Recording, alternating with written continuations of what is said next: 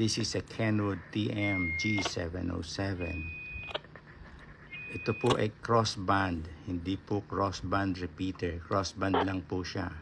Pwede mag-transmit sa VHF, pwede mag-receive sa UHF. Pwede mag-transmit sa UHF, pwede mag-receive sa VHF. Ang VHF niya is 25 watts. Ang UHF niya is 40 watts. Ayan.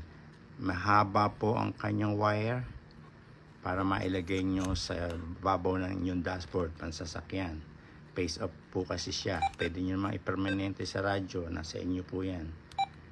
Ayan po ang frequency. Medyo mahaba po ang frequency. Receive lang po yan. Pero ang transmit niya is amateur only. VHF, UHF. Tignan nyo po ang naka-matte black pa po yan. Original matte black ang kanyang pintura. Walang dent, walang gas-gas. Makinis po ang radyo. Ayan, ilalagay